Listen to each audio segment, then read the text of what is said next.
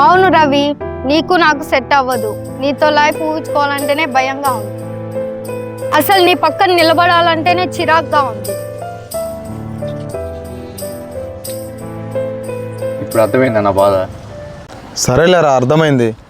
అసలు ఏం అర్థమైందన్నా నీకు? చిన్నప్పటి నుంచి మా నాన్న ఎంత కష్టపెట్టానో నాకు ఒక్కడికే తెలుసు. మా ఫ్రెండ్స్ అందరూ గవర్నమెంట్ కాలేజీలో చదువుతుంటే నాకు మాత్రం మా నాన్న ప్రైవేట్ స్కూల్లో జాయిన్ చేసి వేలకు వేల ఫీజులు కడతా అంటే నేను ఏ రోజు చదువుకున్నది లేదు. ఊర్లో ప్రతిరోజు గొడవ. మా నాన్న పరుగు తీసా. అసలు ఇవన్నీ పక్కన పెడితే ఎవరో తెలియని అమ్మాయి చేత మా నాన్న మాటలు పెట్టాడు. అందరూ ఒక లవ్ ఫెయిల్యూర్ కాబట్టి తాగుతున్నాను అనుకున్నారు.